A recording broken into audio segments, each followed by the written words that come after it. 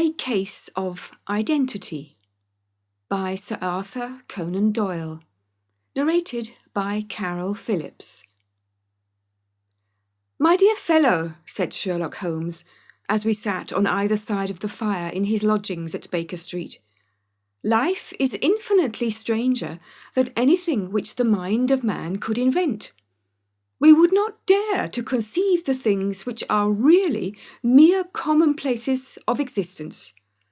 If we could fly out of that window hand in hand, hover over this great city, gently remove the roofs, and peep in at the queer things which are going on, the strange coincidences, the plannings, the cross-purposes, the wonderful chains of events working through generations and leading to the most outré results, it would make all fiction, with its conventionalities and foreseen conclusions, most stale and unprofitable." "And yet I am not convinced of it," I answered. "The cases which come to light in the papers are, as a rule, bald enough and vulgar enough. We have in our police reports realism pushed to its extreme limits, and yet the result is, it must be confessed, neither fascinating nor artistic." "A certain selection and discretion must be used in producing a realistic effect," remarked Holmes.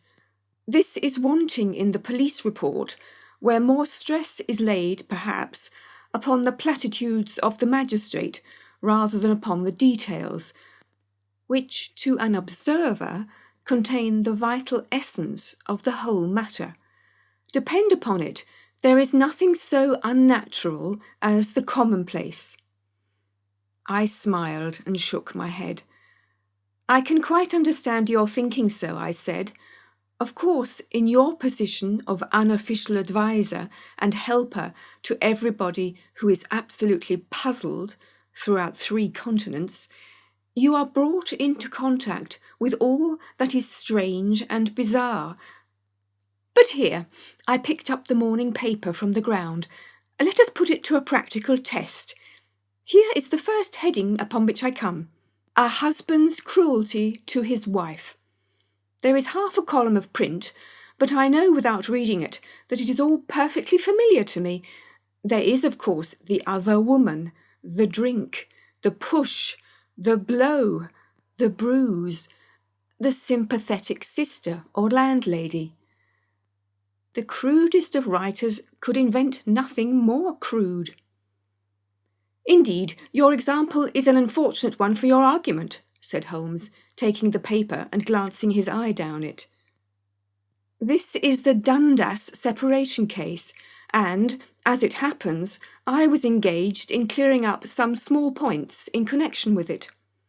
The husband was a teetotaler.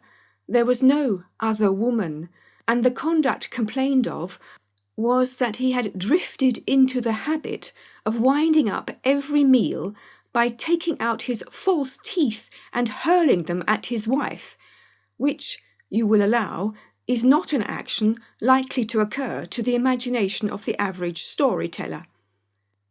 Take a pinch of snuff, Doctor, and acknowledge that I have scored over you in your example." He held out his snuff-box of old gold, with a great amethyst in the centre of the lid. Its splendour was in such contrast to his homely ways and simple life that I could not help commenting upon it. "Ah," said he, "I forgot that I had not seen you for some weeks. It is a little souvenir from the King of Bohemia in return for my assistance in the case of the Irene Adler papers."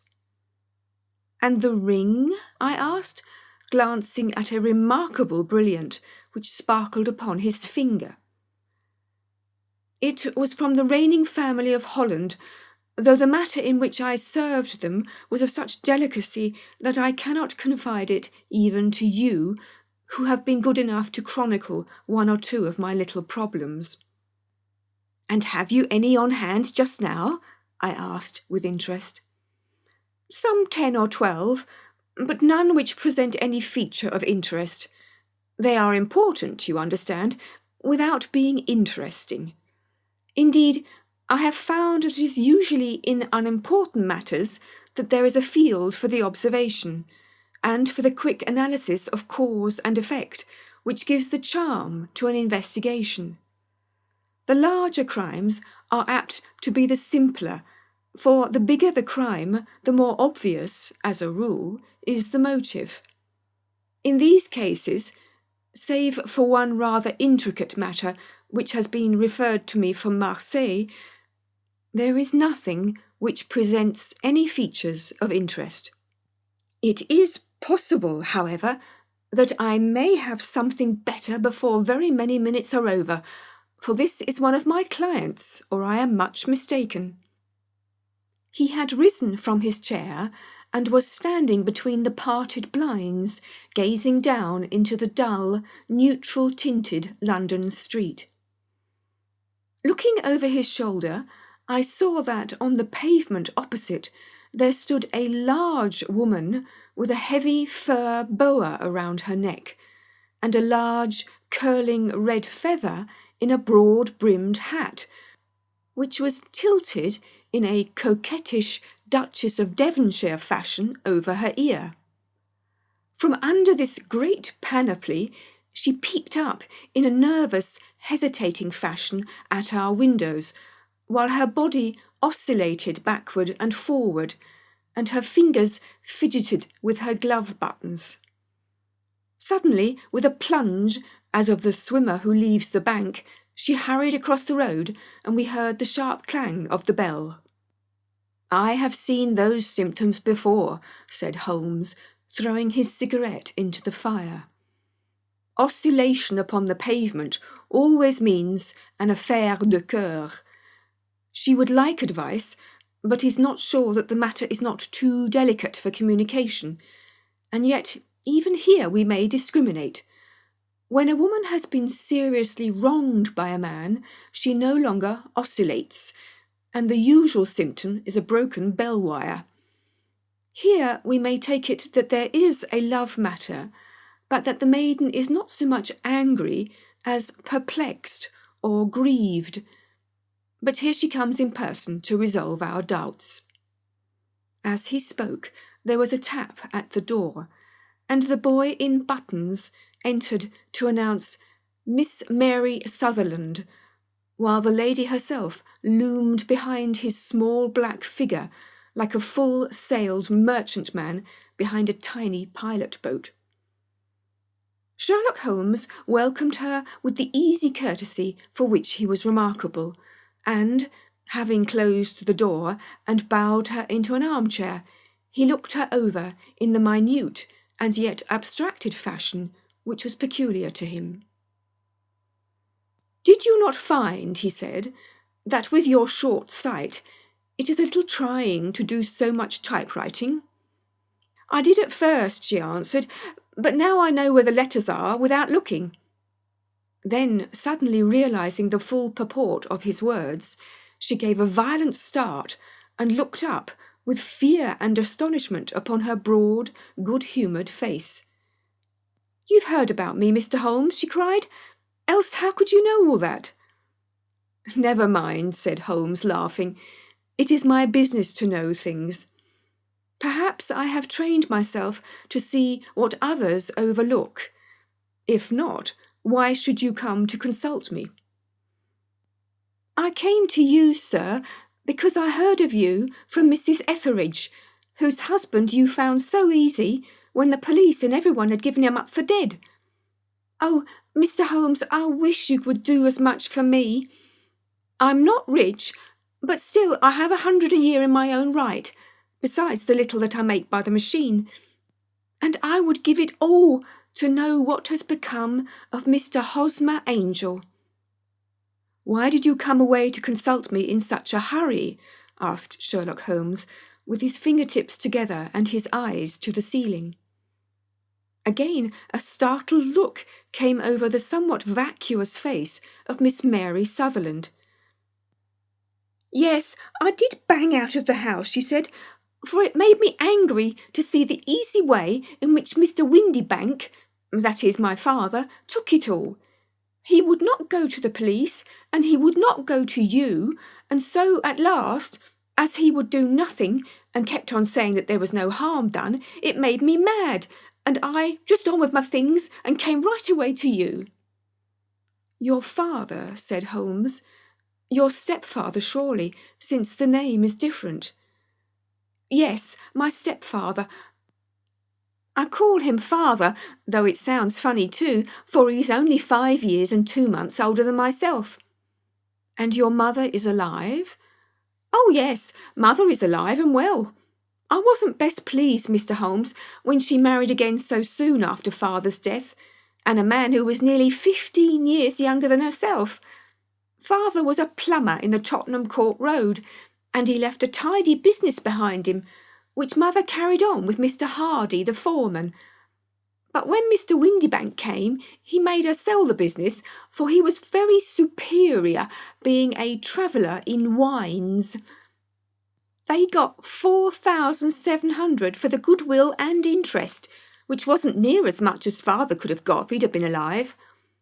I had expected to see Sherlock Holmes impatient under this rambling and inconsequential narrative, but, on the contrary, he had listened with the greatest concentration of attention.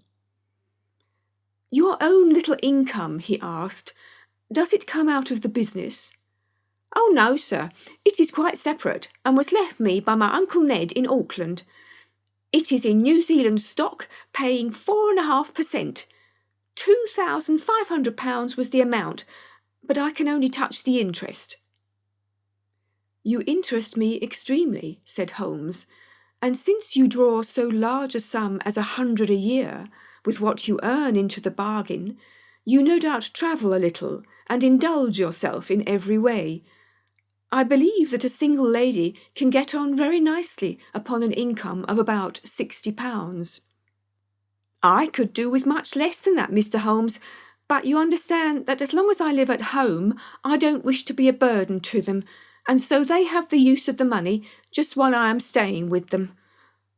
Of course, that is only just for the time. Mr. Windybank draws my interest every quarter and pays it over to mother, and I find that I can do pretty well with what I earn at typewriting. It brings me 2pence a sheet, and I can often do from 15 to 20 sheets in a day." "You have made your position very clear to me," said Holmes. "This is my friend Dr. Watson, before whom you can speak as freely as before myself. Kindly tell us now all about your connection with Mr. Hosmer Angel." A flush stole over Miss Sutherland's face, and she picked nervously at the fringe of her jacket. "I met him first at the gasfitters' ball," she said. "They used to send father tickets when he was alive, and then afterwards they remembered us and sent them to mother. Mr. Windybank did not wish us to go. He never did wish us to go anywhere. He would get quite mad if I wanted so much as to join a Sunday school treat. But this time I was set on going, and I would go. For what right had he to prevent? He said the folk were not fit for us to know, when all father's friends were to be there. And he said that I had nothing fit to wear when I had my purple plush that I had never so much as taken out of the drawer. At last, when nothing else would do, he went off to France upon the business of the firm. But we went, mother and I, with Mr. Hardy, who used to be our foreman, and it was there I met Mr. Hosmer Angel." "I suppose," said Holmes, "that when Mr. Windybank came back from France, he was very annoyed at your having gone to the ball." "Oh, well, he was actually very good about it. He laughed, I remember, and shrugged his shoulders, and said there was no use denying anything to a woman, for she would have her way." "I see. Then at the gasfitters' ball you met, as I understand, a gentleman called Mr. Hosmer Angel." "Yes, sir. I met him that night, and he called next day to ask if we had got home all safe, and after that we met him, that is to say, Mr. Holmes, I met him twice for walks. But after that, father came back again, and Mr. Hosmer Angel could not come to the house any more. No? Well, father didn't like anything of the sort. He wouldn't have any visitors if he could help it, and he used to say that a woman should be happy in her own family circle. But then, as I used to say to mother, a woman wants her own circle to begin with, and I had not got mine yet. But how about Mr. Hosmer Angel? Did he make no attempt to see you? Well, father was going off to France again in a week, and Hosmer wrote and said that it would be safer and better not to see each other until he had gone. We could write in the meantime, and he used to write every day. I took the letters in the morning, so there was no need for father to know. Were you engaged to the gentleman at this time? Oh, yes, Mr. Holmes. We were engaged after the first walk that we took. Hosmer, Mr. Angel, was a cashier in an office in Leadenhall Street, and— What office? That's the worst of it, Mr. Holmes. I don't know. Where did he live, then? He slept on the premises. And you don't know his address? No, except that it was Leadenhall Street. Where did you address your letters, then? To the Leadenhall Street post office, to be left till called for. He said that if they were sent to the office, he would be chaffed by all the other clerks about having letters from a lady.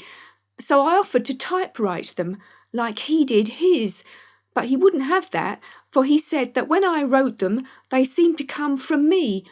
But when they were typewritten, he always felt that the machine had come between us.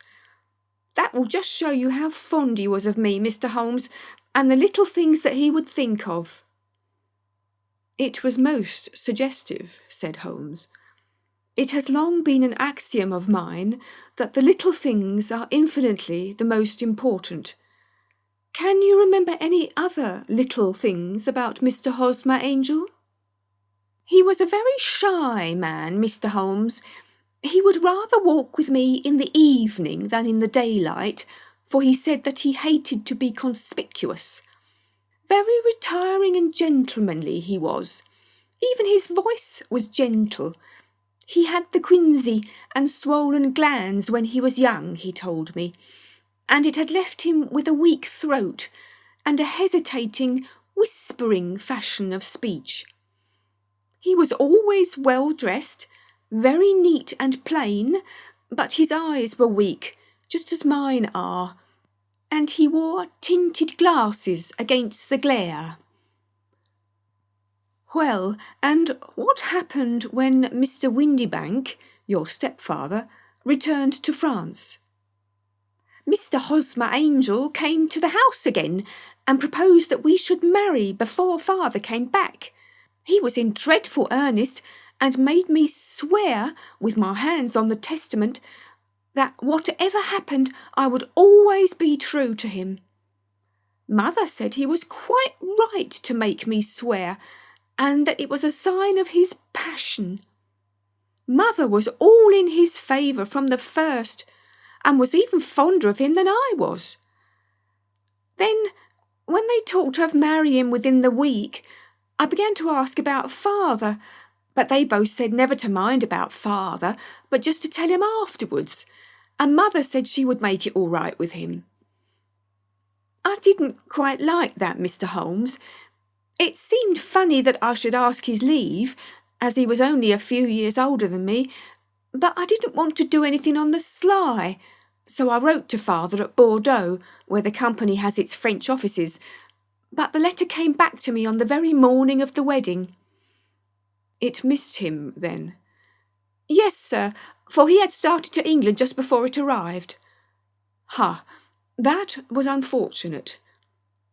Your wedding was arranged, then, for the Friday. Was it to be in church?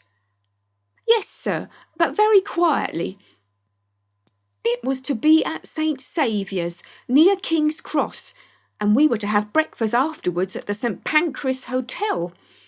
Hosmer came for us in a hansom, but as there were two of us, he put us both into it and stepped himself into a four-wheeler, which happened to be the only other cab in the street. We got to the church first, and when the four-wheeler drove up, we waited for him to step out, but he never did. And when the cabman got down from the box and looked, there was no one there. The cabman said that he could not imagine what had become of him, for he had seen him get in with his own eyes. That was last Friday, Mr. Holmes, and I've never seen or heard anything since then to throw any light upon what became of him. It seems to me that you have been very shamefully treated, said Holmes. Oh, no, sir. He was too good and kind to leave me so. Why, all the morning he was saying to me that whatever happened, I was to be true, and that even if something quite unforeseen occurred to separate us, I was always to remember that I was pledged to him, and that he would claim his pledge sooner or later. It seems strange talk for a wedding morning, but what has happened since gives a meaning to it. Most certainly it does. Your own opinion is, then, that some unforeseen catastrophe has occurred to him. Yes, sir. I believe that he foresaw some danger, or else he would not have talked so. And then I think that what he foresaw happened. But you have no notion as to what it could have been? None. One more question. How did your mother take the matter? She was angry and said that I was never to speak of the matter again. And your father? Did you tell him? Yes, and he seemed to think, with me, that something had happened, and that I should hear of Hosmer again. As he said, what interest could anyone have in bringing me to the doors of the church and then leaving me? Now, if he had borrowed my money, or if he had married me and got my money settled on him, there might be some reason. But Hosmer was very independent about money and never would look at a shilling of mine. And yet, what could have happened? And why could he not write? Oh, it drives me half mad to think of it, and I can't sleep a wink at night. She pulled a little handkerchief out of her muff and began to sob heavily into it. I shall glance into the case for you, said Holmes, rising, and I have no doubt that we shall reach some definite result. Let the weight of the matter rest upon me now, and do not let your mind dwell upon it any further. Above all, try to let Mr. Hosmer Angel vanish from your memory as he has done from your life. Then you don't think I shall see him again? I fear not. Then what has happened to him? You will leave that question in my hands. I should like an accurate description of him, and any letters of his which you can spare. I advertised for him in last Saturday's Chronicle, said she. Here is the slip, and here are 4 letters from him. Thank you. And your address? Number 31, Lion Place, Camberwell. Mr. Angel's address you never had, I understand. Where is your father's place of business? He travels for Westhouse and Marbank, the great claret importers of Fenchurch Street. Thank you. You have made your statement very clearly. You will leave the papers here, and remember the advice which I have given you. Let the whole incident be a sealed book, and do not allow it to affect your life. You are very kind, Mr. Holmes, but I cannot do that. I shall be true to Hosmer. He shall find me ready when he comes back. For all the preposterous hat and the vacuous face, there was something noble in the simple faith of our visitor which compelled our respect. She laid her little bundle of papers upon the table and went her way, with a promise to come again whenever she might be summoned. Sherlock Holmes sat silent for a few minutes, with his fingertips still pressed together, his legs stretched out in front of him, and his gaze directed upward to the ceiling. Then he took down from the rack the old and oily clay pipe, which was to him as a counsellor, and, having lit it, he leaned back in his chair with the thick blue cloud wreaths spinning up from him, and a look of infinite languor in his face. "Quite an interesting study, that maiden," he observed. "I found her more interesting than her little problem, which, by the way, is rather a trite one. You will find parallel cases if you consult my index, in Andover in 77, and there was something of the sort at The Hague last year. Old as is the idea, however, there were one or two details which were new to me, but the maiden herself was most instructive." "You appeared to read a good deal upon her which was quite invisible to me," I remarked. "Not invisible, but unnoticed, Watson. You did not know where to look, and so you missed all that was important. I can never bring you to realise the importance of sleeves, the suggestiveness of thumbnails, or the great issues that may hang from a bootlace. Now, what did you gather from that woman's appearance? Describe it." "Well, she had a slate-coloured, broad-brimmed straw hat, with a feather of a brickish red. Her jacket was black, with black beads sewn upon it, and a fringe of little black jet ornaments. Her dress was brown, rather darker than coffee colour, with a little purple plush at the neck and sleeves. Her gloves were greyish, and were worn through at the right forefinger. Her boots I didn't observe.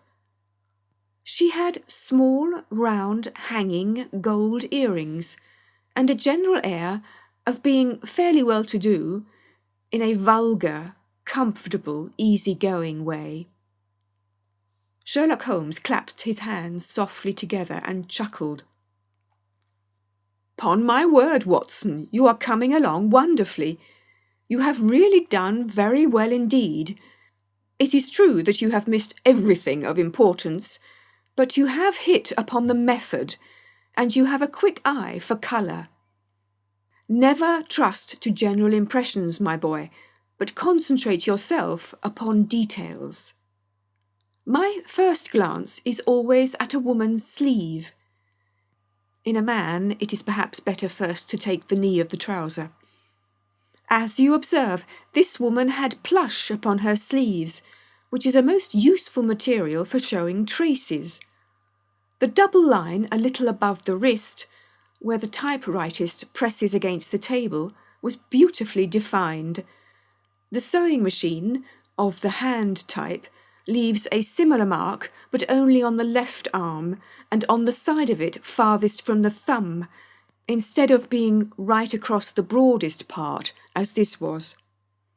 I then glanced at her face, and, observing the dint of a pince-nez at either side of her nose, I ventured a remark upon short sight and typewriting which seemed to surprise her. It surprised me. But surely it was obvious.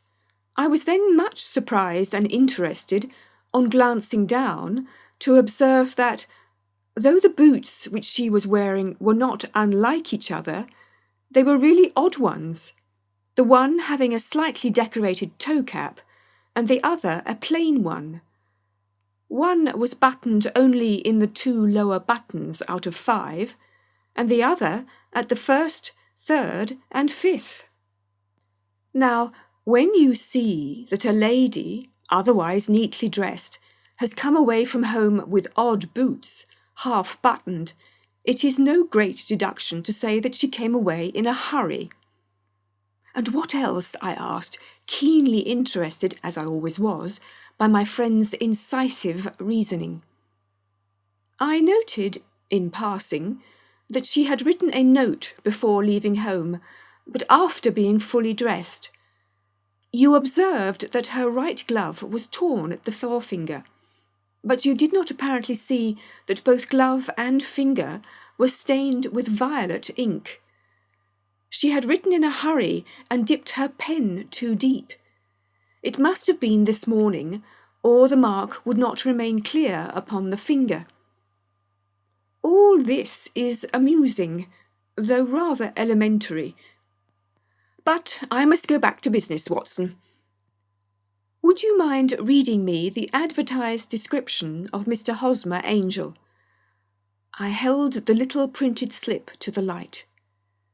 Missing, it said, on the morning of the 14th, a gentleman named Hosmer Angel, about 5 foot 7 inches in height, strongly built, sallow complexion, black hair, a little bald in the centre, bushy, black side whiskers and moustache, tinted glasses, slight infirmity of speech.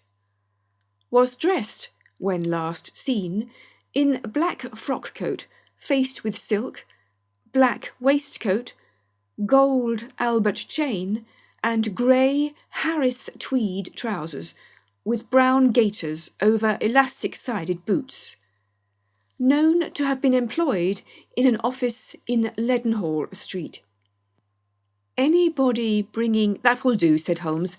"As to the letters," he continued, glancing over them, "they are very commonplace.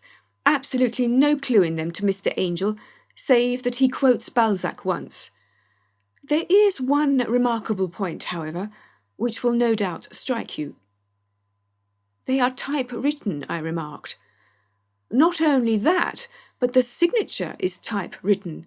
Look at the neat little Hosmer Angel at the bottom.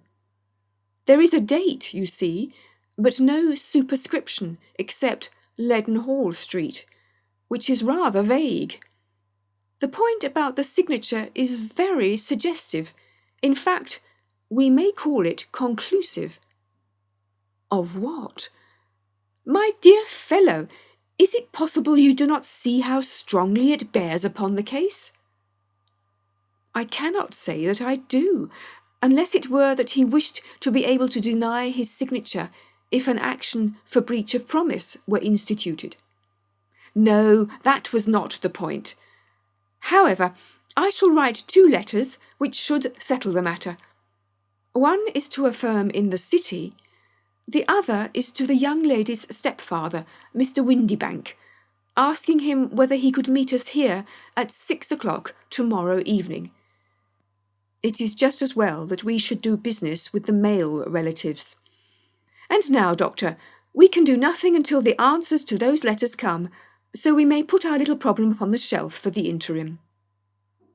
I had had so many reasons to believe in my friend's subtle powers of reasoning and extraordinary energy in action that I felt he must have some solid grounds for the assured and easy demeanour with which he treated the singular mystery which he had been called upon to fathom.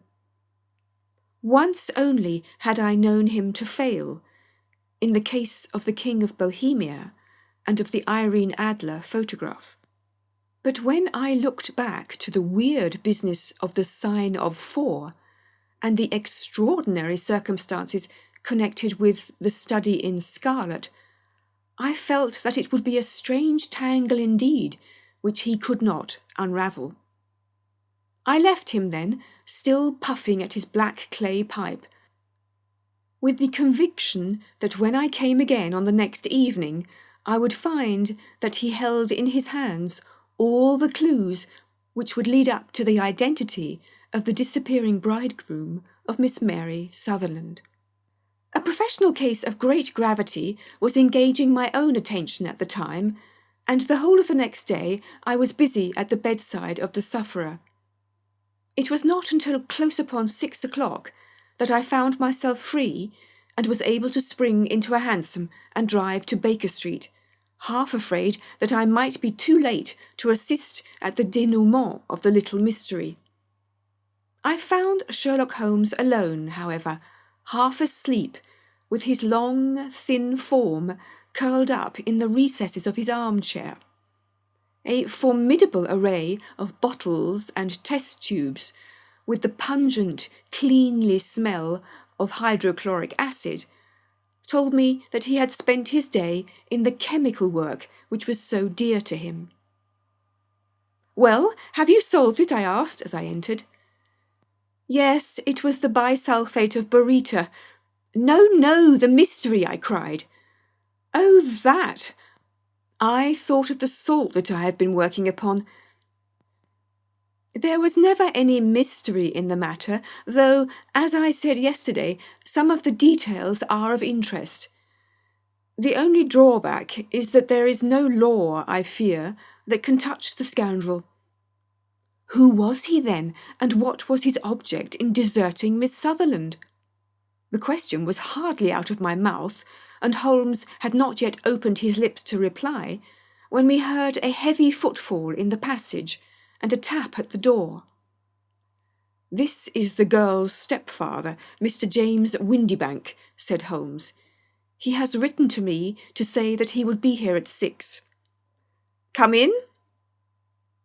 The man who entered was a sturdy, middle-sized fellow, some 30 years of age, clean-shaven and sallow-skinned, with a bland, insinuating manner, and a pair of wonderfully sharp and penetrating grey eyes.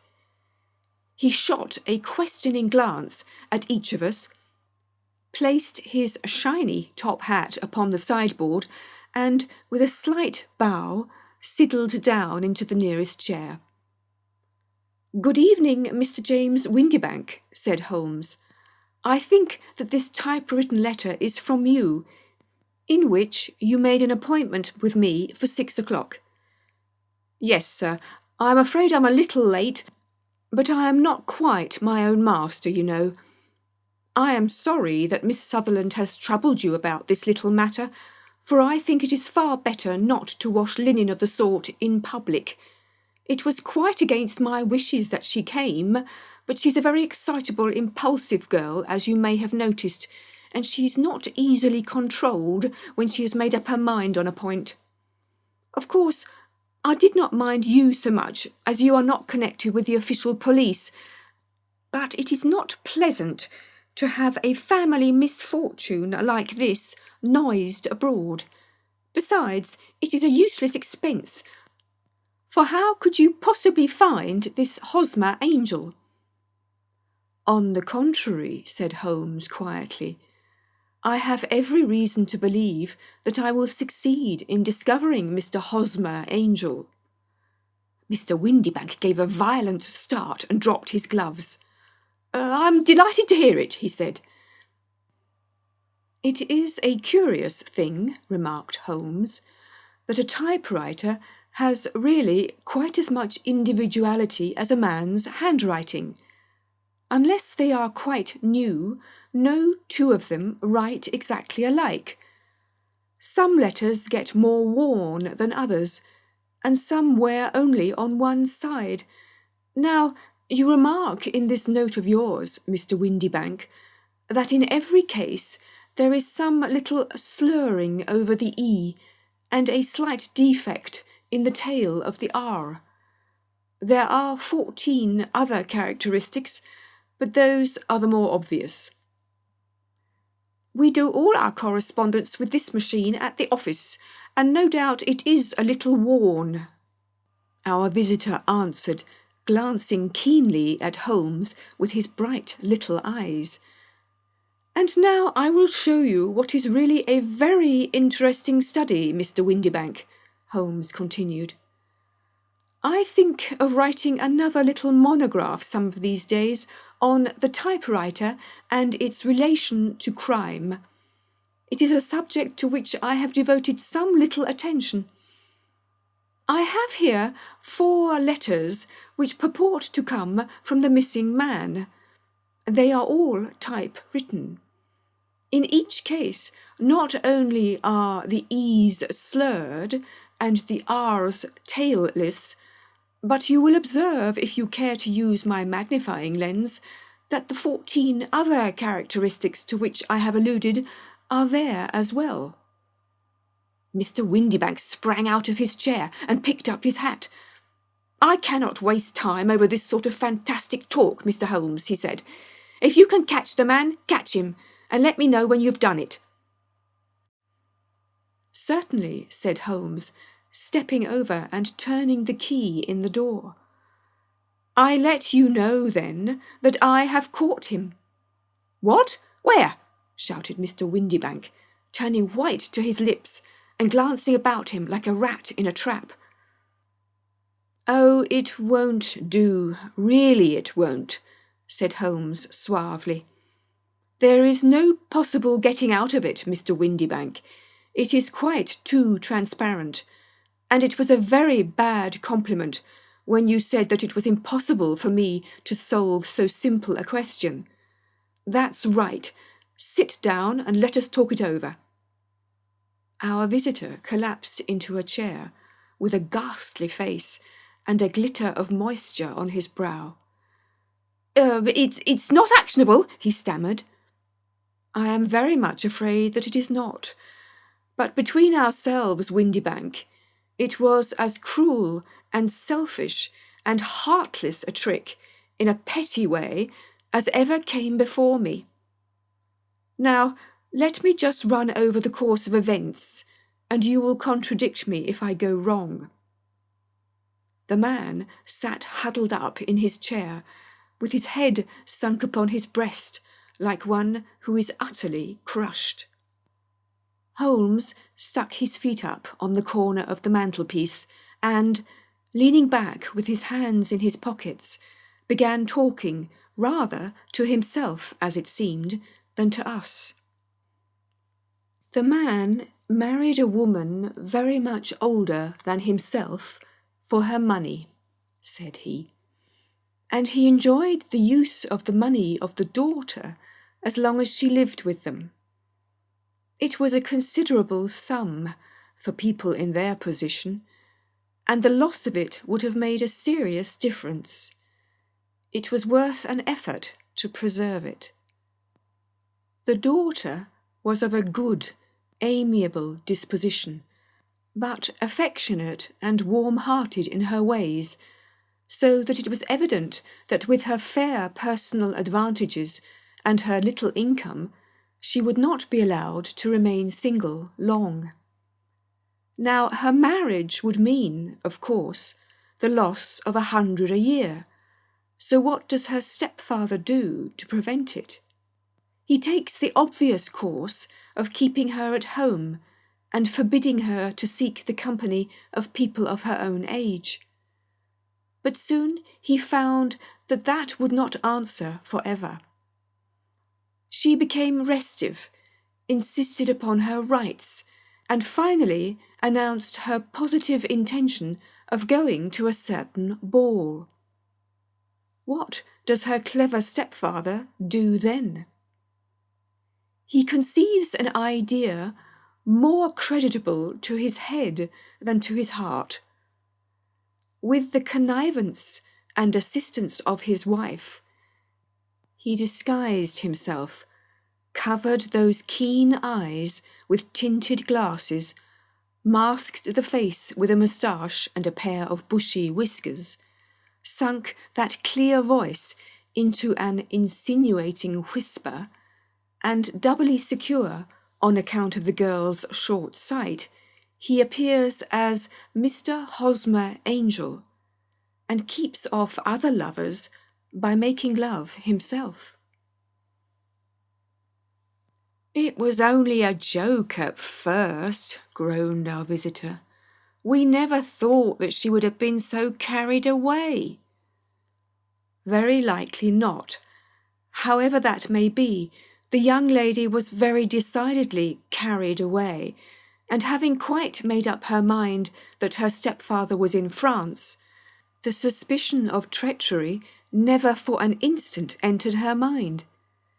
She was flattered by the gentleman's attentions, and the effect was increased by the loudly expressed admiration of her mother. Then Mr. Angel began to call, for it was obvious that the matter should be pushed as far as it would go if a real effect were to be produced.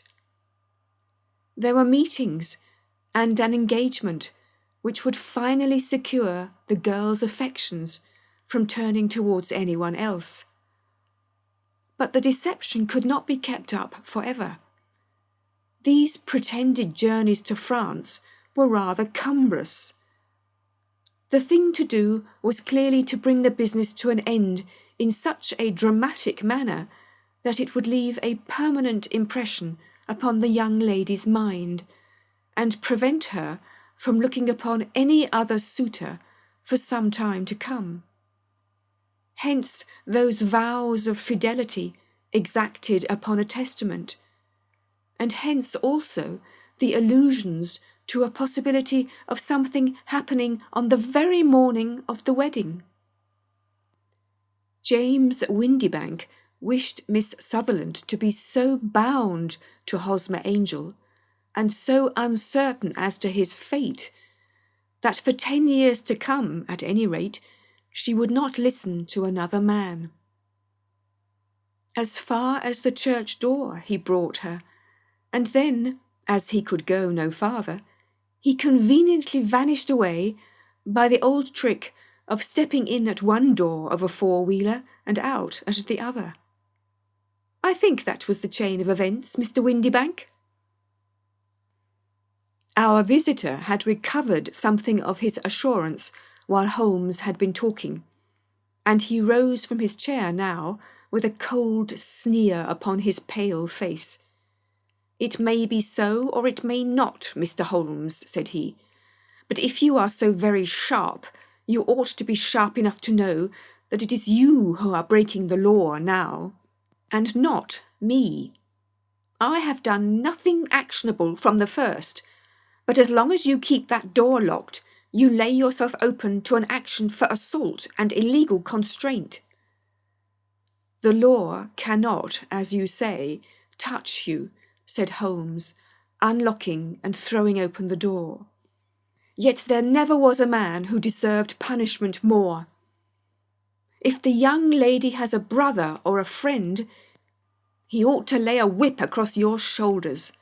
By Jove," he continued, flushing up at the sight of the bitter sneer upon the man's face, "it is not part of my duties to my client, but here's a hunting crop handy, and I think I shall just treat myself to—" He took 2 swift steps to the whip, but before he could grasp it, there was a wild clatter of steps upon the stairs. The heavy hall door banged, and from the window we could see Mr. James Windibank running at the top of his speed down the road. "There's a cold-blooded scoundrel," said Holmes, laughing, as he threw himself down into his chair once more. "That fellow will rise from crime to crime until he does something very bad and ends on a gallows. The case has, in some respects, been not entirely devoid of interest."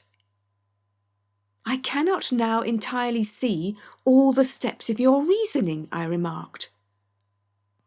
"Well, of course, it was obvious from the first that this Mr. Hosmer Angel must have some strong object for his curious conduct, and it was equally clear that the only man who really profited by the incident, as far as we could see, was the stepfather. Then the fact that the 2 men were never together, but that the one always appeared when the other was away, was suggestive. So were the tinted spectacles and the curious voice, which both hinted at a disguise, as did the bushy whiskers. My suspicions were all confirmed by his peculiar action in typewriting his signature, which, of course, inferred that his handwriting was so familiar to her that she would recognise even the smallest sample of it. You see, all these isolated facts, together with many minor ones, all pointed in the same direction. "And how did you verify them?" "Having once spotted my man, it was easy to get corroboration.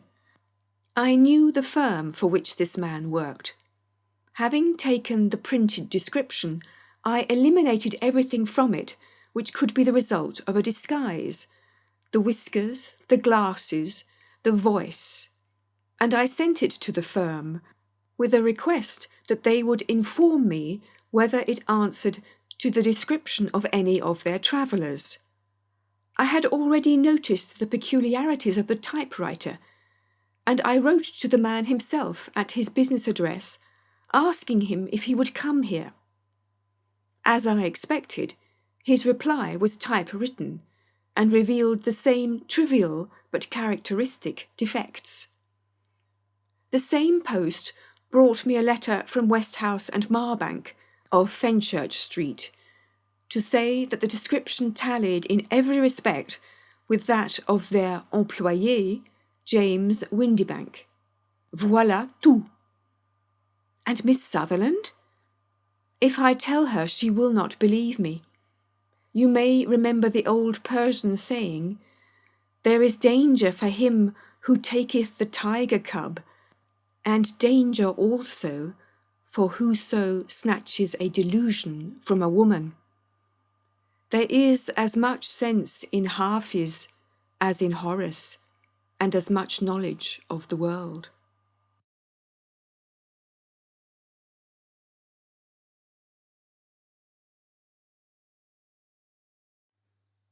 A short biography of Sir Arthur Conan Doyle, narrated by Carol Phillips. Arthur Ignatius Conan Doyle was born on the 22nd of May 1859 in Edinburgh in Scotland. The Doyles were a prosperous Irish Catholic family. His father, Charles Altamont Doyle, had some success as an artist, but was a chronic alcoholic. His mother, Mary Doyle, loved books and was an excellent storyteller. Conan Doyle later stated that the happiest recollections of his childhood were listening to his mother telling him stories.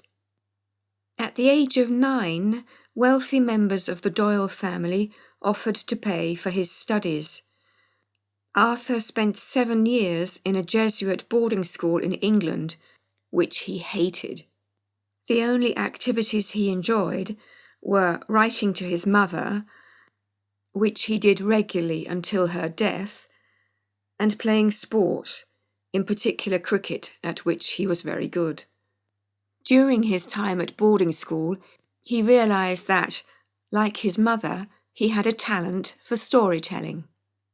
Upon leaving school, one of Arthur's first tasks was to co-sign the committal papers for his father, who, as a result of his alcoholism, suffered from dementia.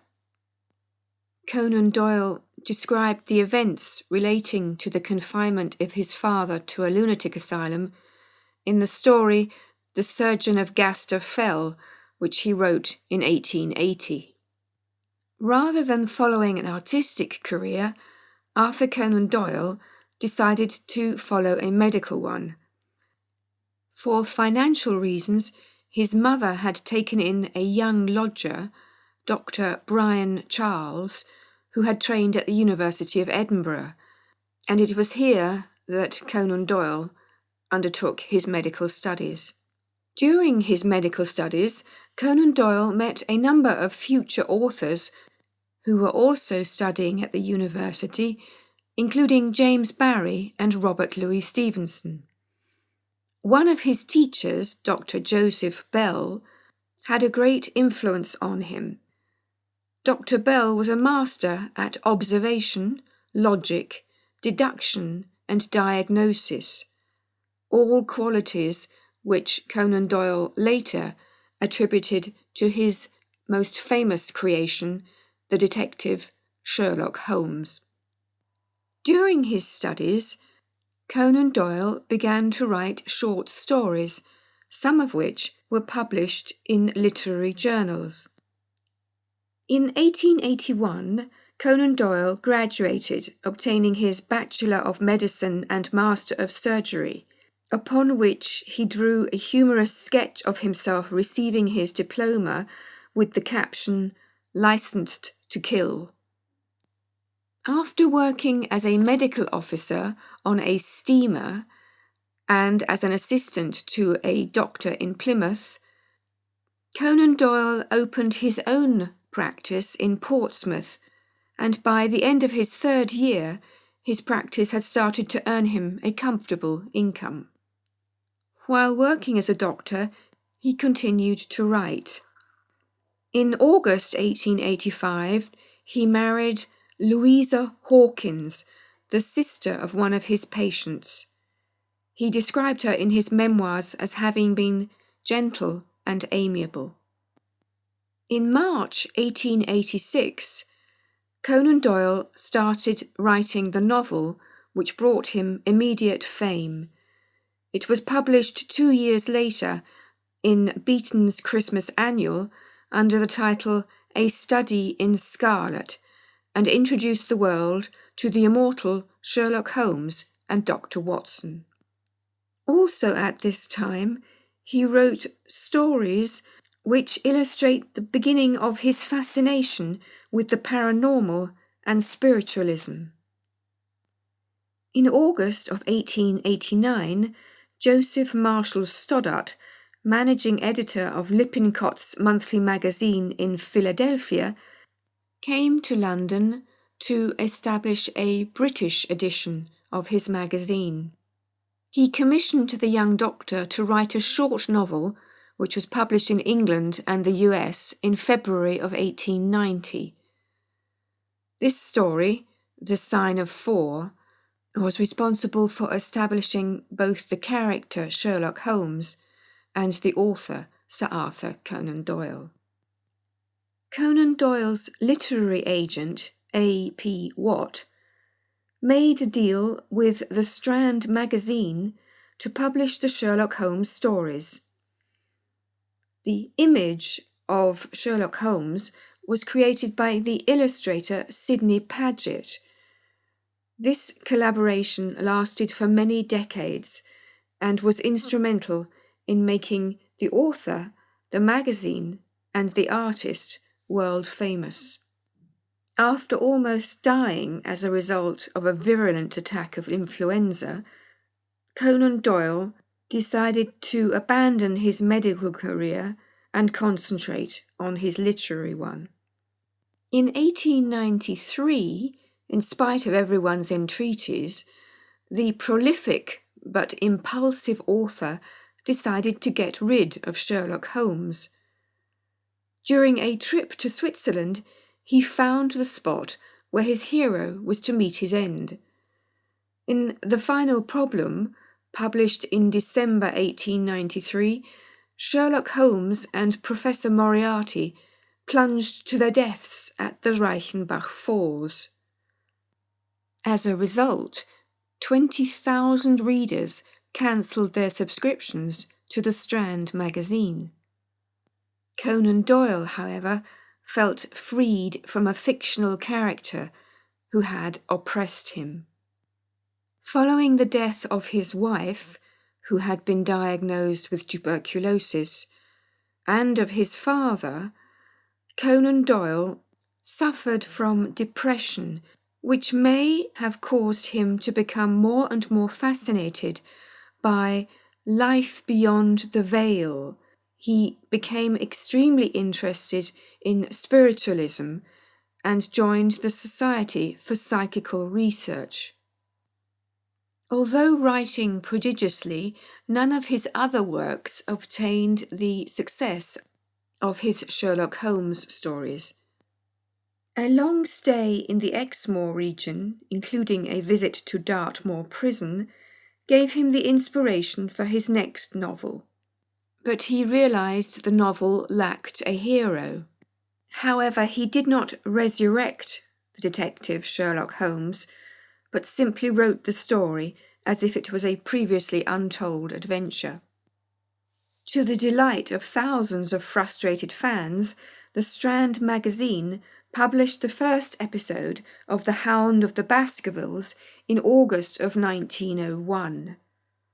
A year later, King Edward VII knighted Conan Doyle for his services rendered to the crown during the Boer War, although gossip has it that the king, as an avid Sherlock Holmes fan, had put the author's name on his honours list to encourage him to write new stories.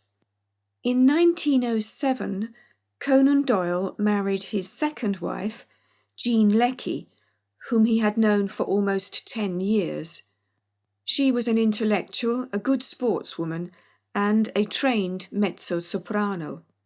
Following his marriage, he wrote far less. However, to make up for financial losses resulting from the writing and production of various plays, he decided to produce a fourth play based on his Sherlock Holmes story, The Speckled Band, which proved very successful. The loss of his son, his brother, his 2 brothers-in-laws and his 2 nephews in the First World War further increased his attraction to spiritualism and the occult, which was greatly mocked by the press. After 1918, Conan Doyle concentrated on writing about spiritualism and undertaking so-called psychic crusades involving trips to America, Australia, and Africa. In order to recoup the costs incurred by his spiritualist activities, he published in 1928 his last 12 stories about the exploits of his world-famous detective. These were compiled in The Casebook of Sherlock Holmes.